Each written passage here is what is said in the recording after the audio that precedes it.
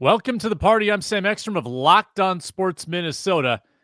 Who hasn't accidentally given away $240,000? I'm Luke Braun of Locked On Vikings. Which one of you is going to underrate perennial All-Pro Andrew DePaola?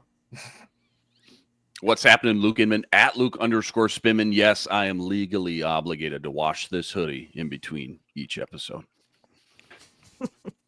Hey, this is Arif Hasan from WideLeft.Football. Sam Ekstrom wants us to rank Wags? I don't know what's going on now. Locked On Sports Minnesota Podcasts. It's endless Minnesota Vikings talk with the diverse voices of your local experts. It's time for the Minnesota Football Party. It's your guys hanging out talking next level Vikings football. So join in with Arif Hasan, Locked On Vikings Luke Braun, Superior Sports Talks Luke Inman, and Vikings insider Sam Ekstrom, plus the biggest names in Minnesota football for the Minnesota Football Party. And it starts now.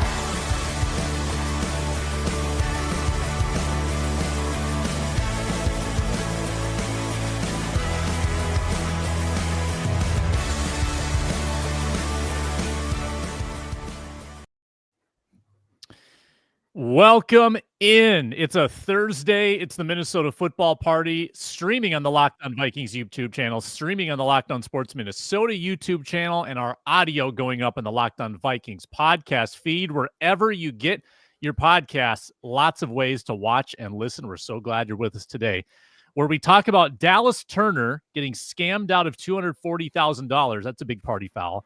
Kirk Cousins said stuff on Netflix. And we get into our Vikings rankings, continuing with 60 through 46. We're ranking all 91 Minnesota Vikings ahead of training camp. Today's show is brought to you by FanDuel.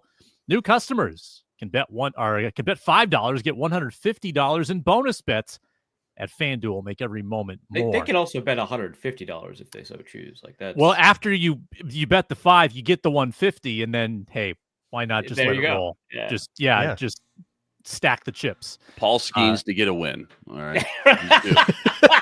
He's due. Hey, Macho Micha's comment, pretty apropos, I think. Sent $240,000 to Inman to get a new It's on the way. It's on the way. I ordered it from Europe. I don't know. It's on the way. Yeah, no, for sure, dude. Oh, It's got a new operating system. No one's ever heard of it. Our lads can take down any quality computer. Doesn't matter. In Inman's hands? Yeah, absolutely. Our lads is like a directed energy weapon. You guys don't open up all 32 NFL teams at the same time? They do have one page that has the... Actually, I shouldn't be telling you this. Don't worry about it. Don't tempt him with a good time. Who watched Kirk Cousins on Netflix or any of the Netflix quarterback stuff? I didn't. I saw a Sports Illustrated recap of one line that he said in one of the episodes, and so that's my experience with that. I skimmed through. I know you put in the notes, hone in on episode 5, but I kind of skimmed through a little bit. I saw that, and I was yesterday. like, I'm not going to watch. That's the one where Kirk Cousins comes back to Minnesota. Yeah, I watched the whole thing, recapped it on Locked On Vikings. You can check that out. Here's my quick couple bullet points. The conversation Kirk and Julie had, a serious one-on-one combo about whether he was going to get booed or not as he's packing, and the whole kind of walkthrough. Like, well, you always get booed on the opening drive, honey. Okay, no matter what. That's just the NFL. Yeah. But if it lasts longer than that, and then Julie's talking about like scrolling on X and like reading, do we boo Kirk this week? Discord, like that was pretty funny. Yeah, I want to like genuinely debating whether or not to like trying to get organized. I remember that conversation. Well, on Twitter. You have to like if you're the only one in the crowd booing, you feel like a dick, right? Right. So you have to get a good read on whether or not we're all are we in this together. There's solidarity. We're not booing Teddy Bridgewater. Oh, I'm the jerk. Okay. In my experience in football crowds, the only guy booing very rarely feels shame about it. Okay, that is true. But that is true. No shame. If you're the kind of person that wouldn't feel bad about asking other people, then you probably should be asking other people. Yeah, you want to organize as a group of. Yeah, generally speaking, I'd argue that people. Organizing is good. Correct, Luke Braun. Yep. Also cool to see him call up Penix a couple hours after he was told he was going to get benched, show his support. I'm assuming that kind of happens more often than not behind the scenes, but just to see. Yeah, I don't know, just to see it. Maybe it's case by case. You're right. Maybe it's case by case. Did not do this. So that is true. That is true. Okay, Tannehill had a little pushback as well. I don't know if Tannehill didn't call, right? Like Tannehill might have just been like, "Well, that's not my job," but he might have been like, "Hey, yeah. Welcome to the team. Hope you don't like playing." You're still like teammates. You have like lockers next to each other, and you're in the room together all the time. Like you're still coworkers. Just total silent treatment. Yeah, but like Flacco just like never got around to it. 1 to 10, use decimal points. How sympathetic did you feel for Kirk Cousins with that whole thing? Like coming home, losing, getting benched, playing hurt. Like, did you feel anything for him? His kids are like, when are we getting back to our house? Mom and dad are like, well, the one kid, I don't know if it was kids Cooper, like they don't quite understand that we don't like live there anymore. I don't know if it was Cooper or the other one, but he was like, why are we hanging out with Vikings people? I don't get it. Right. Like he was over it. Like he bleeds Falcons now. He's done. Yeah. He's done. He's done with the betrayal. Red, one would argue. Yeah. He's like bummed out. He's like mad. He's like, what do you mean? We're hanging out with the enemy? Grow up his whole life rooting against the Vikings, like specifically because they let him walk. I didn't feel too bad for Cousins. I mean, it's the NFL. This happens all the time. It's a bummer. Of course it's a bummer. And I was very fascinated with the way that they like played it out, because the game itself between the Vikings and Falcons was like very much a backseat. And it was all about the sort of emotional turmoil of like going back to where you were for a while and seeing all your old friends. And I think the most compelling part was the handshakes at the end after the game. And a million people want to come up and say hi to Kevin O'Connell, Justin Jefferson, the security guy, like the trainer, like everybody wants to come up and talk to Kirk Cousins. And he is like pretty pissed off because of the interceptions at the end of the game. So he's like trying to put on a face and like be polite to people who are like excited to see him. And you can tell that it's like hard because he's like the really emotions frustrated. are still running. Like there's this really like this really like complicated emotional fog in that moment. And I thought they did a really good job of portraying that, but that was where I found it to be most compelling. But let's be honest, we all feel way worse for Joe Burrow. His entire plot was like a Resident Evil a game, dude, and they were like 4-8. Yeah, that defense. I mean, I knew the Bengals defense. They finally break through one, and he finds out he got robbed, and he can't have the Batmobile anymore. Like, dude, it's a series of unfortunate events, man. Yeah. I didn't watch a lot of the Burrow. I totally forgot that. But I bought it from Warner Brothers. They're making it. They're making it for me. Yeah, he was so excited about the Batmobile, and he's like, "Yeah, I don't think I can have the Batmobile anymore because like everyone knows where I live now." Yeah. No, geez. What's crazy to me though is that like coming out of like if you remember right the Kirk Cousins draft class, I think very few people, even 3 years in to that quarterback tenure, feel like they would end up having more positive feelings for Kirk Cousins than RG3. Like that's the wildest thing to me. I mean, they both kind of, not a ton of people like either of them, but I think a lot more people like Kirk right now. Never go on TV. I will say never become a podcaster. The Batmobile is not like the Toyota Camry where it's like, okay, I'm blended in pretty good on the streets here. Like, I feel like, I don't know, 4.5 minute joyride is what you're going to get out of that. And then, no. Well, he never got it. It never shipped to him. I know. He had to cancel. It was going to take like a year, and he canceled right after the robbery. Money back guarantee. I hope so. He's out. Oh my god! If they kept the deposit, good lord. Who do you think lost more money, Dallas Turner or Joe Burrow? Oh, good point. Probably Joe. Right? Burrow probably had more to lose. Probably Joe. But Turner lost a larger portion of his net worth. Now Turner did probably sneak into that NIL era. It's true.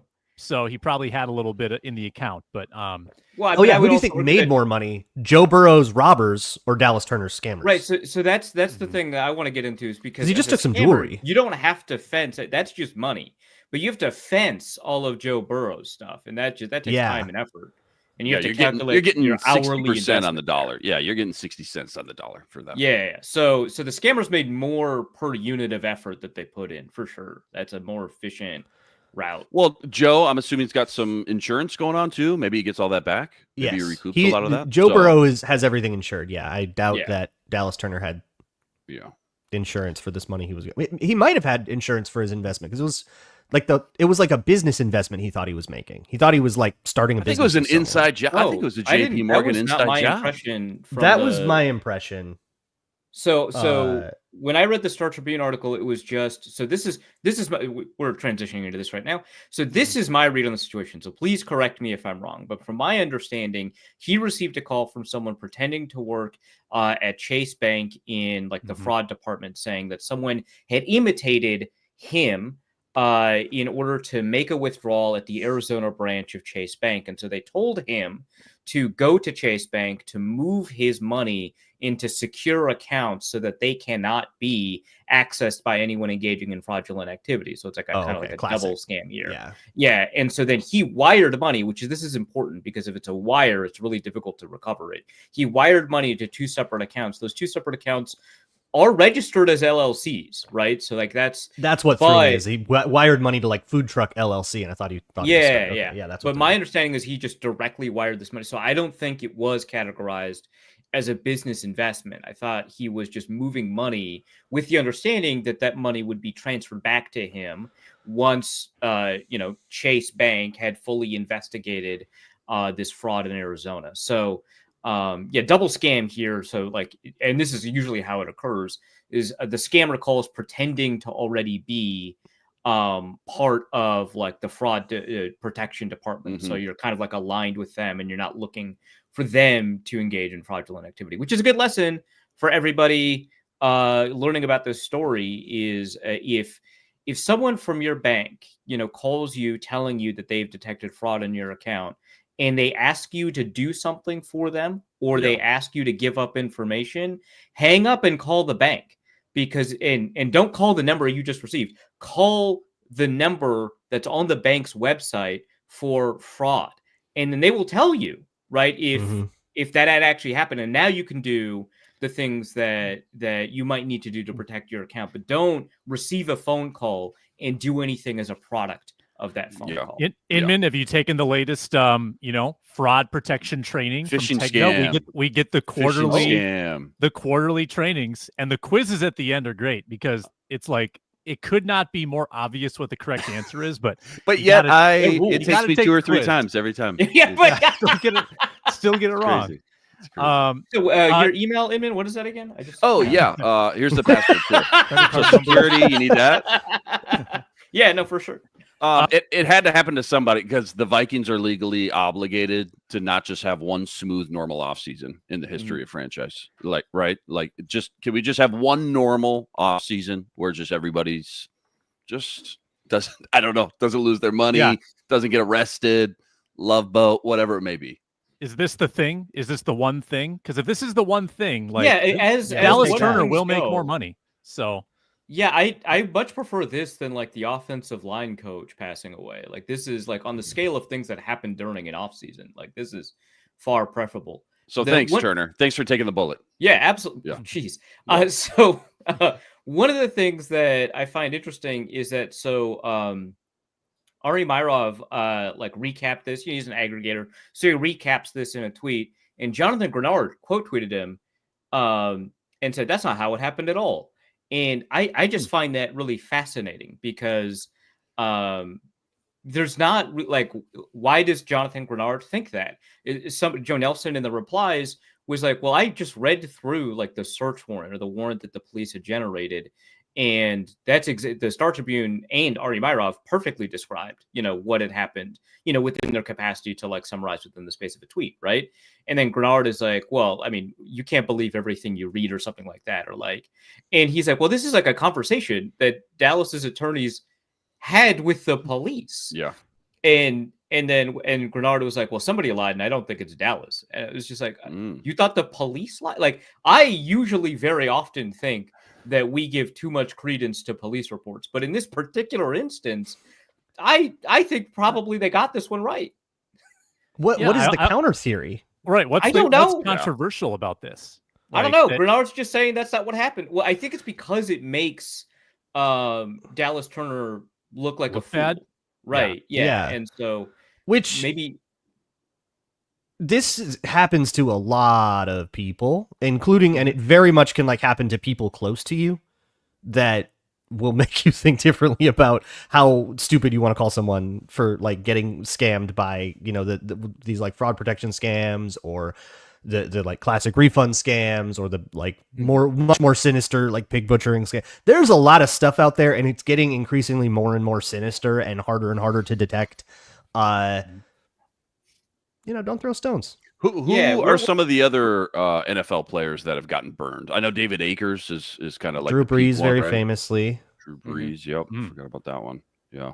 But- Akers lost like almost $4 million, didn't he? Yeah. Ponzi scheme. Yeah. Didn't Kevin Garnett lost a large sum of money? I don't know if that was just some untoward dealings with like his money manager to kind of siphon money off of him. I think that was more of a than personal, like a personal attack or. But yeah, probably- scams like nowadays like range the level of like competence that you would need in order to kind of successfully detect them. Like it's not all Nigerian print scams anymore, which are easily detectable on purpose, because if you can't detect that, then you're easily scammed, and so that's what they want. But you know, you have a wide range of scams from people you know, engaging in like obviously fraudulent behavior that if you're not sufficiently kind of aware of stuff that's happening online, you're not aware of the Nigerian print scam or whatever, you'll fall for, all the way to the other end where actually I think, you know, like I had someone try to scam me by pretending to be Verizon and saying like, hey, you know, someone had placed, you know, these numbers, and they got real close to getting me. It took me just like a second before I was like, no, hold on, I'm going to call Verizon security. And the guy on the other end was like, yeah, absolutely go and do that, because there's nothing he can say that's not going to sound. If he says no. Yeah. But like he had done stuff that made me think that he was working with Verizon, because when you log into your Verizon account, it makes your phone behave in unique ways. So I thought he was working with security because my phone was reacting to the things he was saying. Right. And I was like, hold on. It took me, I was like this close. So I don't think, like, I don't want to get like real close into like making fun of a lot of these guys that fall for scams, because like they'll find the level of competence that you're not at and target you at that level. Was there a final comment? One last thing. So Dallas Turner is sort of new to having this much money. He got about $800K in NIL, which is certainly in college, which is certainly not for nothing. But then an $8 million signing bonus.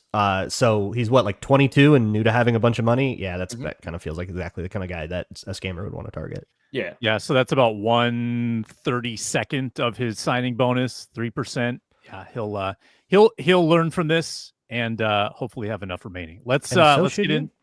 And hopefully get it back. Jeez. Probably they not. I don't know about that. It sounds like the Star Tribune article said they had a bunch of suspects and that they recovered like 2,500, which is probably just like what the bank is willing to. Yeah. So again, wire transactions aren't like reversible, so that's why scammers use it.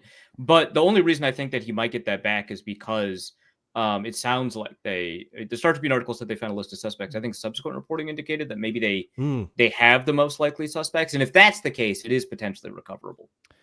We get into our rankings for today. We're getting to the bubble, the roster bubble. That's next. Brought to you today by FanDuel. Summer sports still in full swing. Baseball All-Star break coming up. Wimbledon upset earlier this morning. Amanda Anisimova beats Arina Sabalenka. She was plus 225 on FanDuel. The 13 seed beats the 1 seed, and now she's in the Wimbledon final. Yes, tennis wagering available at FanDuel. Also, the Scottish Open this weekend. Love the international sports scene right now. Check it all out at FanDuel. There's great daily promotions. You can track your favorite matchups. You can put together a same-game parlay or browse and peruse the live wagering options. It's all at the FanDuel Sportsbook app. If you're new to FanDuel, new customers can bet $5, get $150 in bonus bets if that bet wins. Bet 5, get $150. Open the FanDuel app today or visit FanDuel.com to get started. All right, we'll try to get through 15 rankings today. Might just be 10, but we'll try to get through 5, then talk to Ron, and then we'll do 5 more. Let's share the screen. Take that down on-air production. And there we go. We did 20 last time. We got all the way down to 61. So we start with number 60. Rattle off 5 for me. Let's go with Luke Inman first. So, full disclosure, I might be in trouble here because I feel like I'm missing like 3 guys all of a sudden. I don't know what happened, but do I have Reddy Stewart and Tyler Batty already on there? You got Reddy. You got Reddy. I don't think you have Batty. Okay. Oh, Nope. No, that's me. All right. Maybe I'm starting there. All right. Tyler Batty. You want me to rip off all 5? Do 5. Yeah. Ambry Thomas, 3rd round pick from the Niners a few years ago from Michigan. Trey Stewart. Do I have Trey Stewart on there? 1 second. Sorry about this. Yeah, you got Trey, 67. Oh, okay. All right. Let's scratch him off. Michael Juergens, Silas Bolden, and Gavin Bartholomew. So you got Juergens off the bubble. That's Yep. relatively interesting. Gavin Bartholomew kind of battling as that 3rd tight end. That's interesting. And Tyler, so Batty has been a polarizing figure. Braun has him 61. Inman has him 60. I have him 67. And Arif, have you had him yet? No, you love I have him. not had him yet. So, yeah, so Arif has him presumably highest. Arif, why don't you go ahead? Yeah, so I have him 56, by the way. So 60 is Zamaya Vaughn, 59 Ambry Thomas, 58 Thayer Thomas, sorry, Sam, 57 Logan Brown, 56 Tyler Batty. I really like the undrafted free agent class, so that's how that kind of falls out. Who was 57? Logan Brown. Logan Brown, who may have beaten someone up. Oh, he definitely did. That was He got kicked off the team for that. Mm-hmm. Yeah. And just quick remind us why Tyler Batty is the next. I don't know what he's the next. Who he's the next Safadio Denebo. The next Gabe Murphy might knock him off the roster if we're Gabe Murphy. if we're gonna hype him up that much. Why? Right? Why is he so good? So he ranked 239 on the consensus big board. He's one of the highest ranked undrafted free agents in this rookie class. Not as highly ranked as Logan Brown, but again, beat up a guy. And he's got like prototypical size for an edge rusher. So he's like 6'6", 6'5", something like that, 271 pounds, reasonably productive. So I just figure, if you're ranked as a draftable prospect and you've got the size that people expect an edge rusher to have, that there's not a lot keeping you off necessarily the roster. Now, obviously I have him, not in my top 53, so it's not perfect or anything like that. There's a reason you didn't get drafted, but I think putting him close within roster make range is appropriate for somebody with this kind of profile. Luke Braun, 60 through 56. Yeah, I've got. So I'm thinking about it as like people who are almost on the roster bubble. You wouldn't like jaw wouldn't hit the floor if they made the team, but you're never going to predict it. Which is Thayer Thomas, and then a couple of incumbents that I don't think are going to make it: Levi Drake Rodriguez, Brian Asamoah, and then I have Lucky Jackson here and Jay Sean Jones just a little bit above him based on like the OTA reports, but that's pretty soft. And I kind of don't really know if any of those guys have. I don't know if there's room for any of those guys. All right. I can't type at superhuman speed, so why don't you go 58 again? 58 was BA Brian Asamoah. All right. And then a couple of wide receivers, Lucky Jackson and Jay Sean Jones. The receiver group is kind of tough. It is like there is a soft back end of that receiver group. Like it's pretty easy to crack, but there's also like 13 guys. So I kind of just lumped them all here as these are the guys that maybe could sneak their way on if they had a strong preseason. But probably not. The Vikings just love keeping these developmental receivers around for 2-3 years. Have any of them gone on? Adam Thielen. Chad Beebe? Was it Shane Zylstra? Who was with the Lions for a minute? Oh, yeah, Shane Zylstra. Yeah. Yeah. Shane Zylstra. And Panthers, then Brandon, too. Panthers. Yeah, and then Brandon. Hey, Tristan a little bit, right? Your guy. Did he get Tristan reps? Jackson a little bit. NFL reps? Tristan Jackson, yeah. Yeah, He got in. He got in. Now he's I don't know where he went, but he's playing. I think he's like expected to make a roster somewhere. Wow. I'm not surprised by that. Yeah, no. Well, it's also a job. Like the scout team, couple of receivers, like is a job on the team that someone needs to fulfill that you don't want like your rostered guys to do. All right, my 60, Silas Bolden. Silas Bolden. Hey, he's really small. I mean, I want to think that he's going to be in the mix. Braun's right. That guy is small and not as fast as you would think. Like what, 4.6 speed. He looks like Ben Solak has 10 pounds on that guy. Ooh. 5'7". Rough.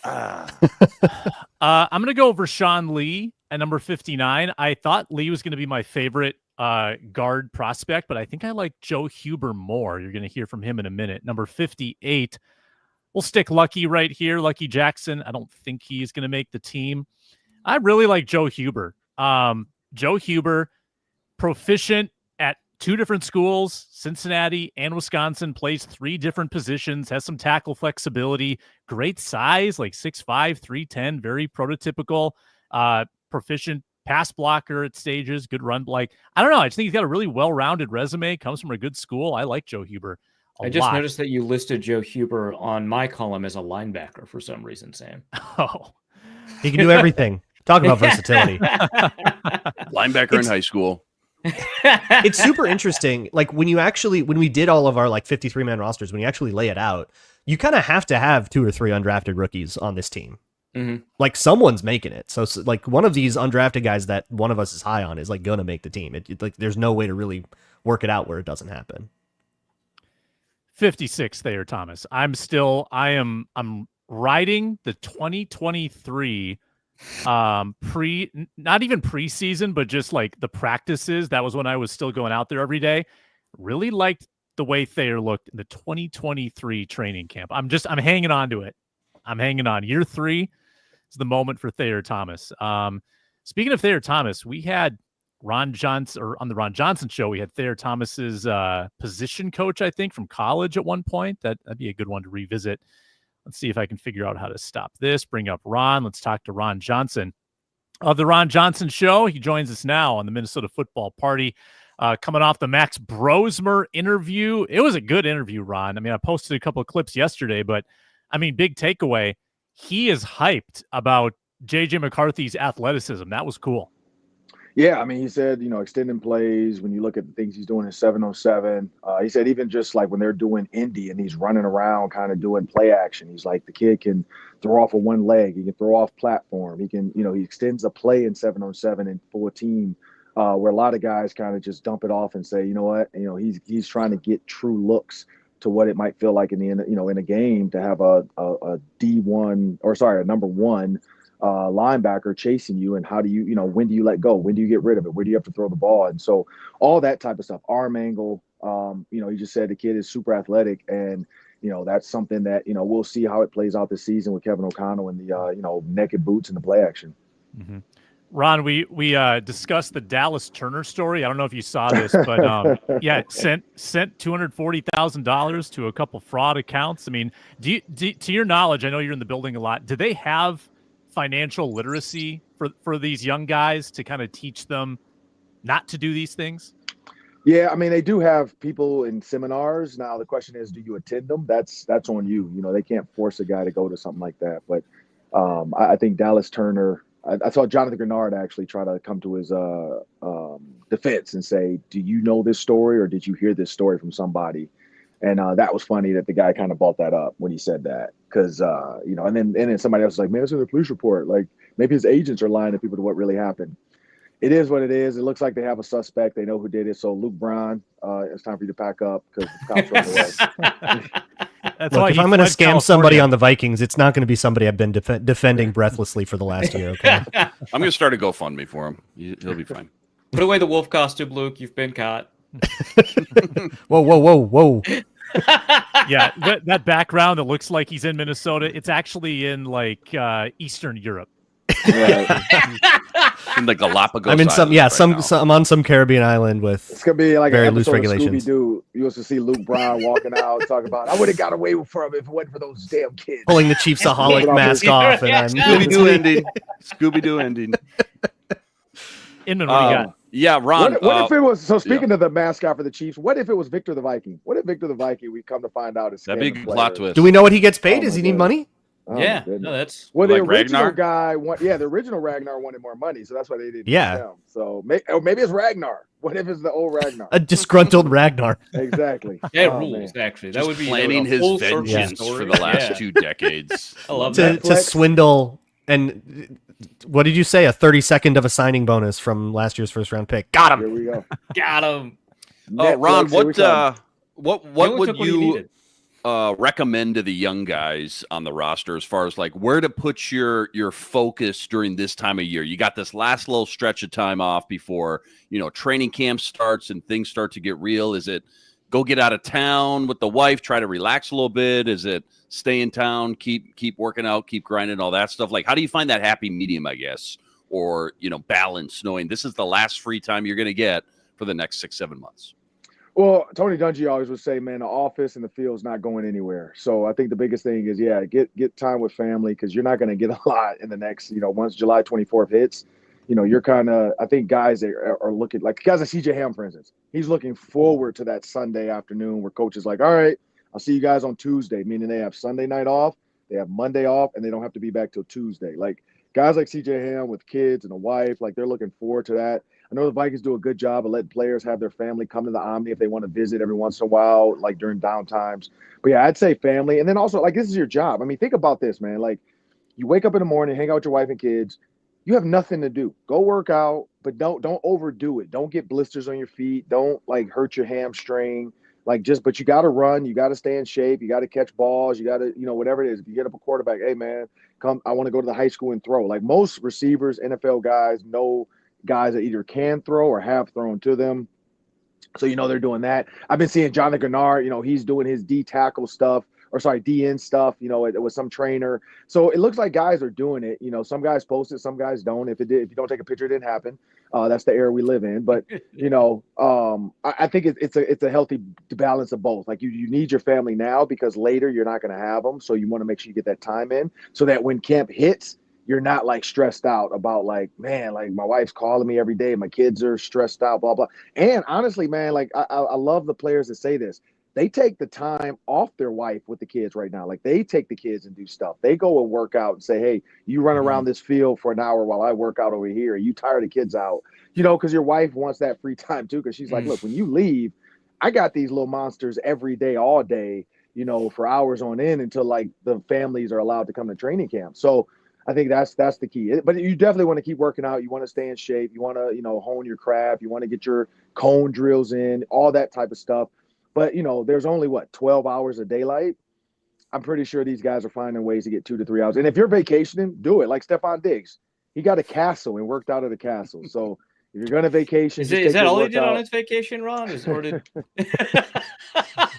sounds like Was he alone in the castle or who came with?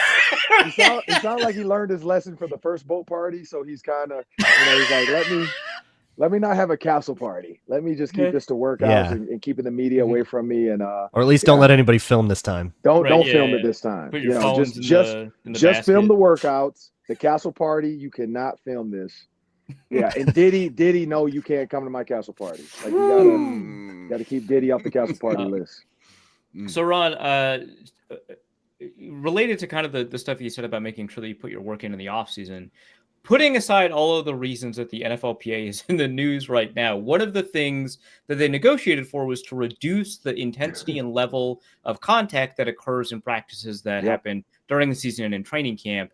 And, maybe that's, it's better for the players. I don't know. But my question from a football preparation standpoint is, does this degrade the quality that we're seeing in football or just players finding another way to make sure that they get ready to be in football shape by the time the season starts? So you mean is lessening the practices going to ruin the game? Yeah. I think it increases the amount of injuries, honestly. Like I feel like injuries are at an all-time high. And somebody else brought this up about basketball, NBA basketball. Like it's the same thing. Like practices are getting easier and games are getting harder because they're playing back-to-backs. They're playing, one day off, then you play, and guys aren't prepared. And it's the same thing in football. Guys aren't prepared to like have 2 to 3 guys land on them, to be pushed, to be hitting the side of the neck, hitting side of the, I mean, I remember training camp, man, like my third year probably was the worst. because it was just like, it felt like a triage center in the weight room. I mean, sorry, in the treatment room. Like, guys, after every practice, you had neck braces with ice on them. You had guys with arm ice. You rarely, now it's more maintenance ice. You're not seeing guys with like bruise. And again, I'm not saying that was the right way to do football, but I felt like by the time we got to the season, guys were fine. Like, guys were like, they were used to taking that pounding. They were used to getting those. I mean, think about the amount of hits Ray Lewis put on people and the amount of games he never had to leave. Like, now you're seeing linebackers leave with stingers and, you know, all kinds of like neck and arm bruises. Like, it just was a different era of hitting. Like, offensive linemen, same thing. Like, it just, you saw them put a lot of pressure on their legs and their bodies, and now guys aren't doing that. And so then when they get to a game and you're expected to stop a 360-pound grown man, like, you see guys come up lame, like knee injury, or they, you know, hamstring buckled or something. You know, it's just, I just feel like we're putting guys into a position in games that we're not allowing them to prepare for in practice. And so I get it. I totally get it. Like, this is the players asking for this, and the PA. This is not the NFL asking for this. I don't know if there is a happy medium between the two, but I do know, maybe, you know, because I've seen teams do no head-to-heads, like shoulder only, you know, wrap up, don't take to the ground, let's thud hard hits. You know, there has to be a way to find that without feel like you need to take guys to the ground. Ron, Dallas Turner in the news for a couple other reasons, but Kevin Seifert actually just published an article about kind of what Brian Flores was saying about him and how there's this like expectation that his snap count increases, but that it doesn't necessarily mean you're going to be pulling Van Ginkel or Grenard off the field, that there could be, he called it like a Josh Metellus style hybrid role. What do you think about that? What do you think that could look like? And how would you approach that situation if you want to give Dallas Turner more snaps, but you don't want to take the Pro Bowlers out? Well, I mean, I was at practice his rookie year, and I think I brought this up with Sam. I was like, well, I don't want to give too much away because I know the media is not out here, and so I don't want to say what I saw. But I know in the past they were working on that. They had a package with him, kind of the safety rover, where he was walking. He wasn't walking into the box. He just was already in the box as like a depth safety type linebacker that could come off the edge and blitz. He can come in the A gap, and B gap. No. Like Grenard. Dallas Turner in the box Dallas off the Turner. ball. He did Correct. go off the ball a little bit last year. Yeah. Yeah, but I don't think he grasped Grasp. I can't say it, but I don't think he was able to get it the way they thought he should, and so that's probably why they didn't use it as much. The hope is this year it finally clicks and he understands what that looks like, because when you play that role, you're not just blitzing the quarterback. You do have to drop in the hook flat, and you have to know when to drop in the hook flat. It sounds simple enough, and to me, I get it because I'm a receiver, but people don't understand the flat and then the hook are two different areas. And so some people just say hook flat, hook flat. It's not the same area, people. It's a combo of the guy understanding I either have the hook or I either have the flat. You don't have both. I hate when I hear people, sorry, I'm not going to go off on that. I hate when I hear people say that, though. I hate it because people always say, oh, he's got to get to the hook flat. Dude, that's two different spots. Like, stop saying that because you heard a defensive coordinator mention that in a press interview. And I'm not going to say the people that say it, but there are people that say it. And I'm so annoyed at that in Minnesota. I'm like, stop saying that. Brian Flores said it one time and y'all are running with it like it's a thing. It's not a thing. Stop trying to make it a read? work. Is it like hook too flat? No, so like if you're in cover 4, for instance, and you know you got that area covered, and you know like X, Y, and Z is outside of me, so now I have the hook. But then if it's like, okay, I know he's coming, now I have the flat. It's also a pattern read. You're right, Luke. It is a pattern read. Like, there's no reason for me to run to the flat if the guy I'm covering is running a Texas route. Where, like, say I have the running back and he's running a Texas route. Okay, I'm just going to go to the hook. I'm not going to go to the flat because he's running a Texas. Like, but that's the thing. Some guys get caught up, and that's why I hate when people always try to, like, PFF grade them. You don't know what he had. Like, maybe he had straight flat, even though he ran by the running back. And then they're like, oh, he didn't cover the running back. He didn't have the running back. He might have had straight flat because the other linebacker had the hook in a Tampa 2, and he screwed up. So anyway, but yeah, I'd say for Dallas Turner, it's understanding pattern reads from that. Because Josh Metellus, like, it looks like he gets it. Like, he understands it. I think Dallas Turner can get after a quarterback. I think he can really tackle. But it's the pattern read stuff. Can you understand pattern reads? If we have a bunch, one guy has the deep, one guy has the hook, one guy has the out. Can you understand what that means? Everybody doesn't. I mean, because you see it, Luke, all the time when you watch film. Guys are pointing to each other. No, you got this guy. You got this. You got. It's confusion sometimes, and somebody has to take the lead And that's why Josh Metellus is that guy right now for the Vikings. But I will say, I think if you can put Dallas Turner on the field and you get Gink, Dallas Turner, and Grenard going after the quarterback, and then Blake Cashman can drop and Ivan Pace comes out the game, that's a huge benefit to the Minnesota Vikings. And I think that was the reason why Brian Flores, and probably Seifert saying that, they've looked at that. I don't think he truly got the pass coverage side of it, because in that also he has to be the Tampa 2 linebacker. Do you understand how to run the seam? You're not just running full speed. You're running to try to keep that tight end within reach to say, hey, if he runs an under, I got to get, or a dig, I got to get him. If he runs a seam, I got to stay with him and break up the pass. I think that's the key. And that's why Josh Metellus has been the depth guy back there. But again, if you can get Dallas Turner in there, now it's like, well, shoot, is he coming? Is he dropping? Is he, now your quarterback has to really do some stuff. And I think that makes Brian Flores even more dangerous. But again, it comes down to what can Dallas Turner grasp in this like scheme. Because we had Theo Jackson on my show, and he said it. He said, man, there's times, he said, I don't want to give anything away. But he said, there's times we look at that iPad and we're like, what the hell is he doing right now? But it's like Brian Flores has a plan. And it's like they have to learn it. Method to the What kind madness. of witchcraft am I looking at? Yeah. I mean, he literally, Sam, you heard him. He said hieroglyphs. He's like, sometimes we're looking at this like, wait, what? How are we going to do this? Like, it doesn't make sense. But then they're like, oh, okay, I get it. Well, this guy's because and Sam, we talked about this yesterday with Julia about the zero blitz against the Lions. Like, there's some times where you just do stuff and it's zero, but it comes from like a bunch of different directions. Maybe go back to old school Madden and just zero blitz from your, like, just go like a normal. Yeah, exactly. Punt block. Just go. Everybody go. You don't need to crisscross. Just go. Just make his life a living hell right away. Because when you crisscross, you do have a slight delay that maybe the guy doesn't get home. Yeah, it's a little bit slower to run a twist. So instead of running a game, just go after it. But back to your question, Luke, I think Dallas Turner can do it. It's coming. I think it's 100%. Can he understand pass coverage? Because he never had to do a bunch of that at Alabama, and he didn't do a super ton of like dropping back 20 yards down the field and trying to cover somebody, Yeah, it's different, if you're just in normal coverage versus like if you have to read the 3 to the 2 to see kind of who might be breaking inside and what that means for your zone landmarks and stuff like that. Correct. Yep. Exactly. Yeah. That's all it is. The hook flat is basically I got hook or I got flat, but I'm a zone read it. And then sometimes it's dedicated. It says hook flat, but honestly, you got flat because of what so-and-so has. Yeah. So it's just knowing that coverage. I mean, honestly, it's like routes. Like if we have 2 receivers and one of us has a post and the other one has an inside post, we had Daniel Jackson talk about that Michigan throw and Max Brosmer talk about that Michigan throw. They both had double posts. But if I'm not smart enough to understand, well, I'm the inside, because coach doesn't say one guy runs short post, one guy run deep post. It's just double post. So where am I in the double post? I got to know I'm the inside double post. So I got the kind of the clear. I'm trying to go to the goal post. I know the backside guy has more of the, I'm going to stem out, and then I'm going to come across the DB's face. And Max Brosmer threw an absolute strike to Daniel Jackson. But here's the problem. If Elijah Spencer doesn't know he's the inside post and he tries to run the stupid normal post, it's a pick. Because now you got stupid normal post. Yeah. But, but offense has the same thing. And honestly, that's why receivers, talking about Tavier Jackson, hopefully he can make it, but that's why receivers get cut. Tavier Thomas, sorry, not Jackson.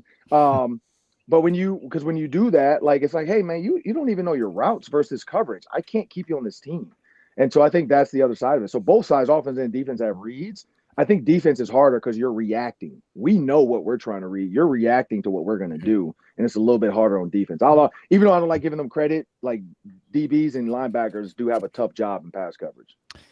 Ron coming at us from Tennessee today. Before you leave, Ron, guess who I ran into yesterday?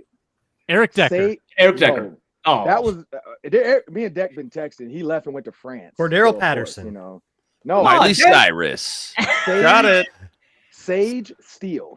Oh, I thought you were going to say Rosenfeld. Yeah, I thought you were going to say Rosenfeld. No, how's she doing? Steele. She's good. Her fiance has a daughter that plays 16U, so she's out here at this tournament. And then we were just telling stories about when my first interview was with her with the Ravens, and her daughter was just born. So her daughter now is like 24 or 25. I'm like, that is crazy how old it is, So, and we kept all politics out of the conversation. True. Yeah, no political conversations. It was straight sports. I would imagine. Yeah, I'm super old. I'm super old at this point. Get her on the show. Get her back. See, I'm worried about the backlash of that one. Yeah, I'm not. It's fine, Luke. Don't worry about it. What? Don't worry about it. Trust me, Arif. That's what, like when she texted me because she texted me back like, "Oh, it was great to see you," and then we're gonna see her today because her daughter is playing at like I think 2, and we play at 2:15. Her stepdaughter, sorry. And I was like, I thought about that, but I'm like, that's too. I don't want to deal with the backlash, like. The Ron Johnson show is a safe space from politics. Yeah, typically. I don't want people being mad, and I don't want to pick. I'm not doing all that. We're not. Enjoy Tennessee, Ron. It looks great. We'll encourage people to go check out that Max Brosmer interview. It's really good. Long form. Luke and Arif. Leroy Watson did send me a message back. Let's go. Yeah! Let's go. Let's go. Oh, I told him, I was like, I had no idea, but my team of guys told me you were a tight end, move to tackle. So I got to get you on the show. So he said, ESPN stats. He's looking at his schedule, and hopefully this week, either this week or next week, we're gonna try to get him on before camp starts. Yeah. So that's awesome. That's awesome. That's outstanding. That'll be a great one. We look forward to it. Ron, you're the best. Thanks a lot, man. No, I appreciate you guys. Good stuff. Let's do more rankings on the other side of this. We're getting into the 50s and that magic number 53.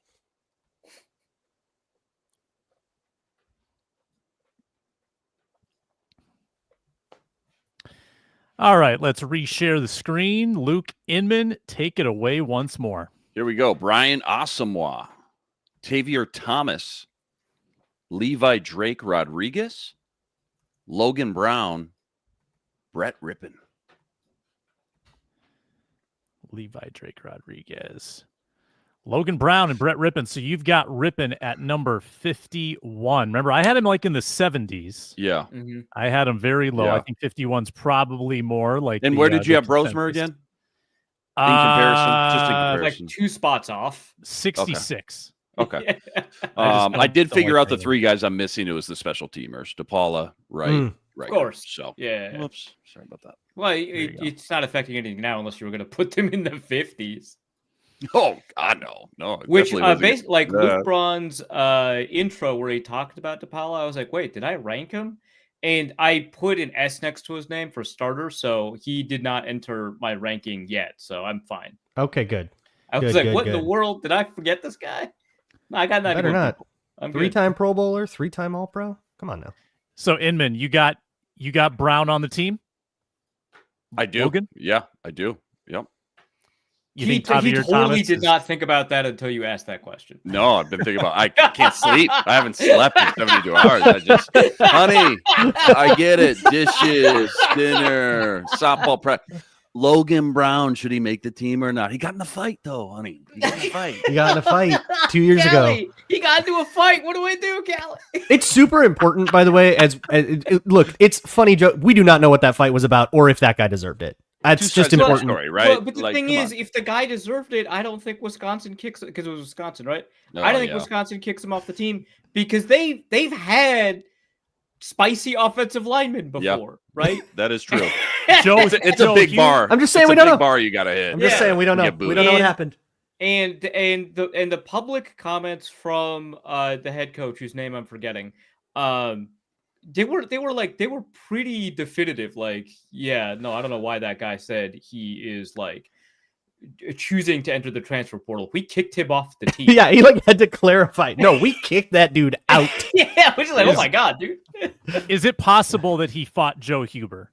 Is that in the realm of possibility? We gotta ask. It's not. They missed each other. Oh, they didn't overlap. Yeah, right. Because Huber was at Cincinnati. Yeah, Huber kind of low key replaced. Yeah. Still, or helped. You should ask Joe Huber, like, hey, did you hear maybe what happened, secondhand? Can I get a third-hand report on Logan Braun? I'm sure everyone was talking about it when he got there. Oh, yeah. Everyone was like, "Oh, you got to hear this story from last year." In the OL room, for sure. Absolutely. Yeah, for sure. So he comes to Minnesota. He's like, dude, you're the one they talk about in Wisconsin. Yeah. Logan, I replaced you. What's going on? You're a legend. I'm going to be really nice to you. Yeah. Arif, 55 through 51. I got Ben Urasic, Eric Wilson, Brian Asamoah. This is where I put Tim Jones. at 52. And Tavier Thomas. I'm a big Tavier Thomas guy. Inman, you've got him at 54. You think, I think you guys have him in a bubble kind of zone. Like he's going to be like holding his breath on cut day. Is that where you think he's at? Because I feel like he's a little more secure. Oh, you think he's a little bit more secure than that? I think he's a little more secure. Yeah. I don't see that. But by the way, the one you're missing is Eric Wilson. Thank you. So Eric Wilson not secure. No, absolutely not. Are you kidding me? He's probably just in a dead heat battle with Brian Asamoah. Yeah, which is why I put them next to each other. Yeah. Yeah, I mean, Tavier Thomas is not somebody that strikes me as, absolutely locking down a roster spot at this point in his career. It's somebody that I could see him losing the job to Ambry Thomas, who I have ranked at like 59. I think that there's a reason for me that they're this close. Or Zemiah Vaughn, right? And I just think he's more likely than those two to make the roster. But I think that absolutely one of those two have the ability to kind of knock them off, especially if they've got more special teams capability. Braun. Yeah, I have Ambry Thomas here.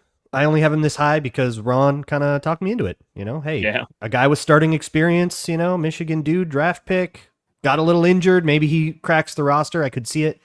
Then I have Ben Urasek and Gabe Murphy, both of whom I think have pretty good shots to make the roster, but I'm at 54 and 53 here. I'm like not sure. And also in the not sure category next, I have Rondale Moore and Gavin Bartholomew. They are only here because of injury. And dudes with injuries we don't know enough about to know if they're going to be like on the team or not. So I just kind of like stuck them near the roster bubble and figured I'd move on. Fair enough. All right. I'm going to go with Trey Stewart. Trey Stewart at 55.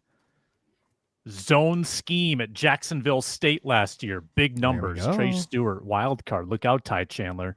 Number 54. He's the next Rock Thomas. Hope not. Including the off field? I did no comment. Did Rock go to Jacksonville State? He went to one of these Alabama Southern FCS D2-ish schools. Rock Thomas, great preseason debut, if I recall. Then overshadowed by Mike Boone. The Magic. Yeah, he did go to Jacksonville State. I did. He did. Yeah. Okay. Wow. Yeah, that sounded very familiar. All right, my guy, Zemiah Vaughn, right on the bubble at number 53. I got him sneaking on. He can run. He was an unbelievable coverage corner in college.